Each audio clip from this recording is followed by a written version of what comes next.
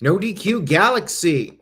We are live with a recap of Friday Night Smackdown for July 22nd, 2022. Feels like I just did a live stream a few hours ago. Oh, wait, that's right, I did. Very, very significant day in wrestling history. Of course, the big news, maybe the biggest wrestling news story of all time. Vince McMahon retires from the company that he inherited from his father, Vince McMahon Sr. Vince McMahon, not part of SmackDown, will not be part of WWE events moving forward. We have a lot to discuss. Now, regarding Vince McMahon, this is an ongoing breaking news story. Stay tuned to NoDQ.com for all the latest updates. There are lots of posts up on the site right now. I'm sure there will be more to come this weekend. And watch the video. If you missed the live stream from earlier, we talked for almost 2 hours, the No DQ panel. We talked for almost 2 hours regarding Vince McMahon. And of course, as time goes on, we'll learn more information, but you can get our initial reactions to the news over on the No DQ YouTube channel. Make sure you guys check it out. Oofman sent in a $2 super chat. How's it going, man? He says, did you have dinner? Yes, I actually did get a few minutes to take a break and enjoy some dinner, but I did not have much time. From about 4 p.m. on, I think I had like a 10-minute period where I was not doing anything in regards to writing or doing the live streams, taking notes, whatever. I had about 10 minutes where I had dinner and just tried to not have wrestling on the brain. But yes, today is one of those days where 10, 15, 20 years from now, we'll all go back and remember where we were on July 22nd, 2022, when the news broke that Vince McMahon retired from WWE, something a lot of us never thought would happen. Now, let's get into SmackDown. We kicked off the show with the new co-CEO of WWE, along with Nick Khan, Stephanie McMahon, Nick Khan. They will be running WWE moving forward. Stephanie was right in the ring, and she talked about how WWE was the company that Vince created and founded, which, of course, as I mentioned, Vince actually bought the company from his father, Vince Sr., but he essentially created the modern WWE as we know it today. I think we can all agree on that.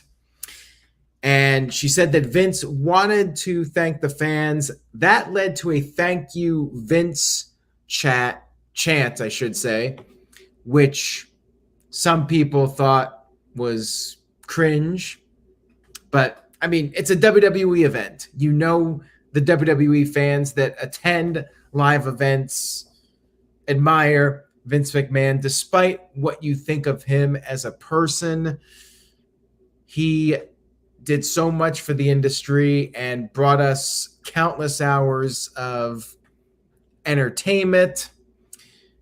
Crowd chanted, "We want Vince," and Stephanie said that everyone in WWE is eternally grateful to the WWE universe. And that was our opening segment to kick off the new era. Although, as I mentioned during the live stream, I really don't think we will see too much change in the short term. I think that whatever changes there will be, they will be subtle, at least in the short term. Now, over the next several years, we could see some more significant changes. Like, for instance, Kevin Dunn. People are saying Kevin Dunn's going to be gone now. Like, I do not see that happening in the very near future. Now, 6 months down the line, could be a different story. We had the Street Profits coming out through the crowd to the ring, and they said anything's possible in regards to winning the tag team titles. They were fired up. They were talking about becoming the new champions, and then they were interrupted by Theory. And Theory said nobody cares what the Street Profits are doing. They're going to cash in. He's going to cash in, I should say. And he said that he's going to beat either Brock Lesnar or Roman Reigns. And the Usos arrived, and they warned Theory to not speak bad about the tribal chief. And the Profits were laughing about this, and Theory said that Montez Ford and his wife, they will not be leaving with any titles, unlike him. And then Ford responded by saying that Theory would not be leaving Boston without his hands. And a big fight broke out. Madcap Moss ran down to make the save. Babyfaces cleaned house. Montez Ford held up one of the tag team titles. And I was thinking to myself, holla, holla, holla. When we come back from commercial break, 6-man tag team match. Now, after the commercial break, we did not have a 6-man tag team match. I was shocked. Truly, it must be a new era of WWE for no immediate 6-man tag team match. However, the match was announced for the main event, but at least it's not the typical, we're going to do a promo segment, everybody runs down, and then they make a match during the commercial. At least we did not get that, and they saved it for the end. So that is okay. I will not give this show a letter grade down because of that. We had our first match of the evening. Shinsuke Nakamura versus Ludwig Kaiser. Nakamura trying to get the Intercontinental title opportunity. Kaiser got the early advantage. Nakamura took control. They were on the outside of the ring, and Kaiser knocked Shin off the apron, threw him into the steel steps, and then after the commercial break, Nakamura started to regain momentum. Gunther was out there. He was yelling, and he stood in front of Nakamura. Nakamura was like, come on. But Gunther then stepped aside. Nakamura got back in the ring, and the match continued. But then you had Gunther getting up by the apron, and then when the referee was distracted with Ludwig Kaiser, Gunther took a cheap shot at Nakamura. Kaiser picked up the win over Nakamura. Jose, I still think we will see this match at some point. Nakamura will get it by hook or by crook. I think he'll get the opportunity.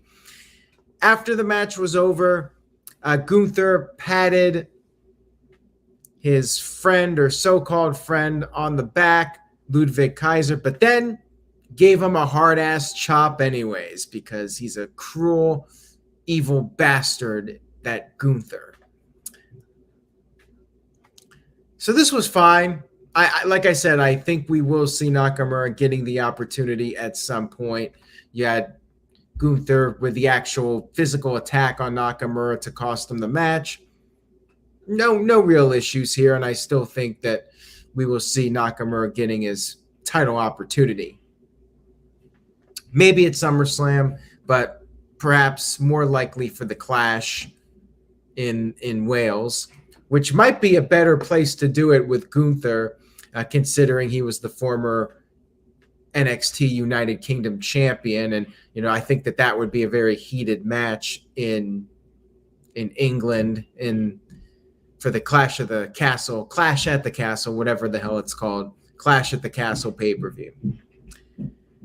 We had Kayla Braxton, who was there to moderate a little confrontation between Ronda Rousey and Liv Morgan to set up their match at SummerSlam.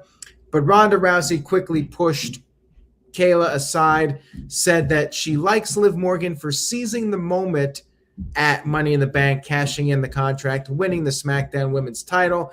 But Ronda vowed to beat Liv at SummerSlam. Liv said that she wants and needs the title more than Ronda Rousey. And Ronda responded by saying that, yes, Liv has a lot of passion, has more passion than anybody in the locker room, except for her, Ronda Rousey. And then Ronda walked off. Short segment, and I thought this was good because they kept it short and they did it backstage and it was fine. Like, they weren't out there in front of the crowd just rambling for a long time. They got to the point. They did a quick segment here. And I think that this is the best way to utilize Ronda Rousey if you're going to have her in a talking segment. And Curtis Butler said he liked it, that it was done backstage rather than the ring. Absolutely.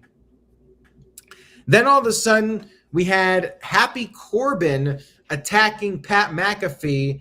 And I like Michael Cole just trying to run for dear life as Corbin was coming in for the kill.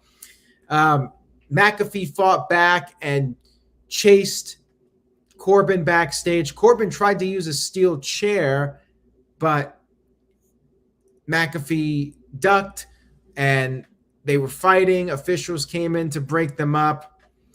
McAfee came back to the ring, called Corbin a big, dumb, bald baby, and said he's going to put this baby down for a nap for good at SummerSlam, and said he'll see Corbin in Nashville, bitch. Of course, McAfee, great on the mic. Crowd was eating it up. They love McAfee. That's going to be really fun.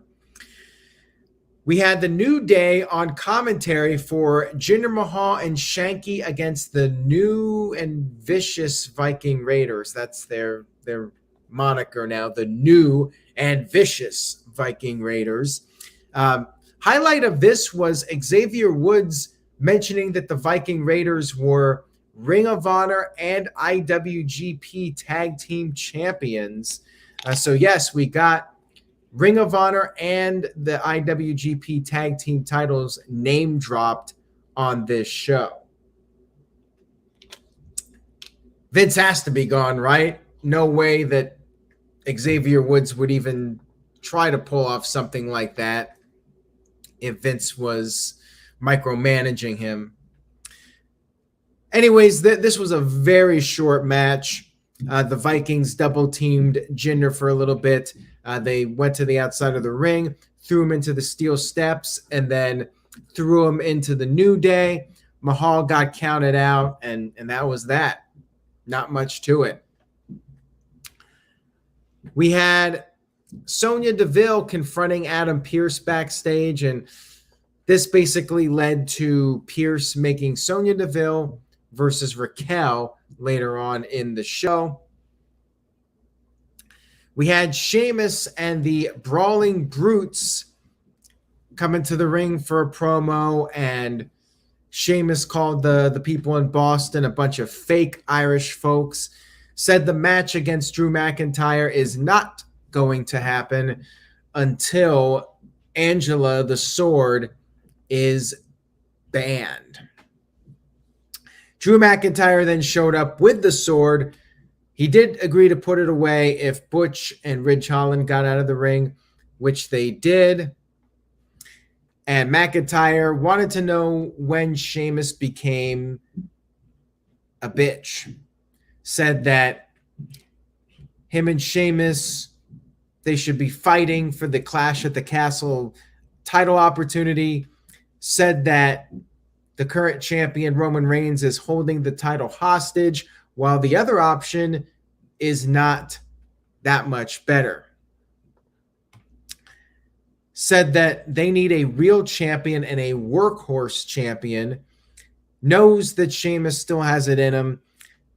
McIntyre wanted to do the match right there.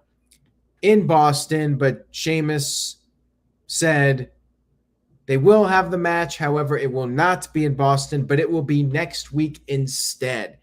And it's going to be a anything goes Donnybrook, and there will be shillelaghs involved. He had a little table with a bunch of shillelaghs. However, Angela the Sword will be banned from the match.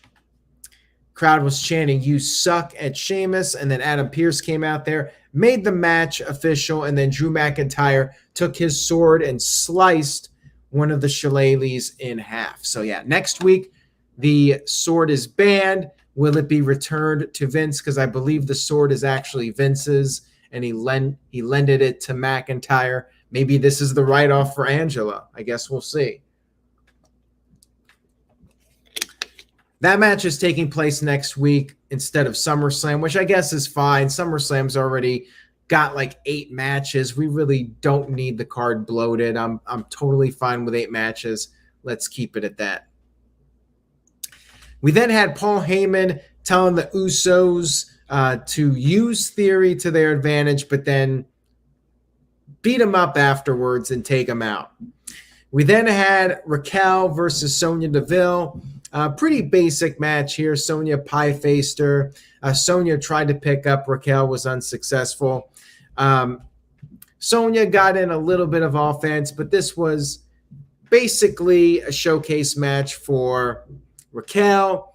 Raquel did kick out of a Sonya DDT, and then Raquel hit the choke slam into the power bomb to pick up the victory.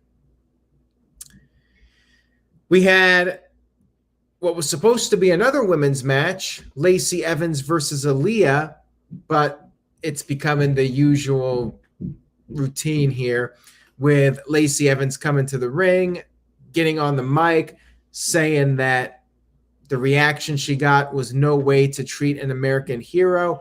Talked about how Boston was founded by good people like her, but now they're a bunch of nasties, and no wonder Tom Brady, the football player, left New England. And Aliyah was getting fed up. She wanted her match, and she ended up getting punched out by Lacey Evans via the women's right. So not sure how many more weeks we're going to get this, but I think, time to move on and do something else here. We had Double J, Jeff Jarrett, interviewed backstage, and he made, I guess, a little reference to Ric Flair, said nowadays everybody wants a piece of Double J, and he hyped up Street Profits versus Usos, said it's going to be the biggest tag match in SummerSlam history. This was fine. And then we had a little brief promo from Maxine Dupree, along with Marseille and Mansois. No Max Dupree this week. He was not there, but Maxine, who is, I forgot her name, but she was in NXT 2.0, one of the recent signings. She was aligned with Von Wagner and Robert Stone over the past several weeks, and she's now part of SmackDown, and she hyped up next week's 2022 Beachwear collection. A little video clip is up on NoDQ.com if you missed it. And then we had our main event of the evening. We had the 6-man tag team match, Theory and the Usos against Madcap Moss and the Street Profits. Pretty lengthy match here, all things considered. I was surprised this went as long as it did.